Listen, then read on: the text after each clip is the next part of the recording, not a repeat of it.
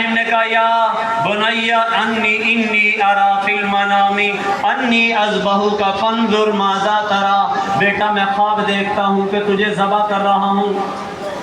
ماذا تری، تیری کیا رائے ہے؟ بیٹا بھی بڑا سعادت مند تھا، کہا یا ابت افعل ما تؤمر، اے ابا جان اپنے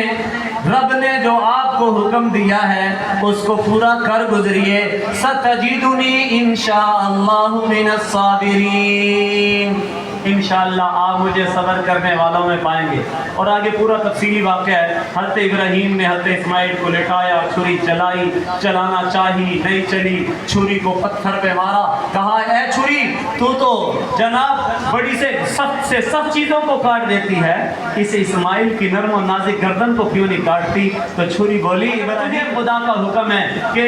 چھری چلا، تو مجھے خدا کا حکم ہے چھری اسماعیل کی نرم و نازک گردن کا پہ خراش تک نہ آنے پائے، میں بھی تو خدا کے حکم کی پابند ہوں۔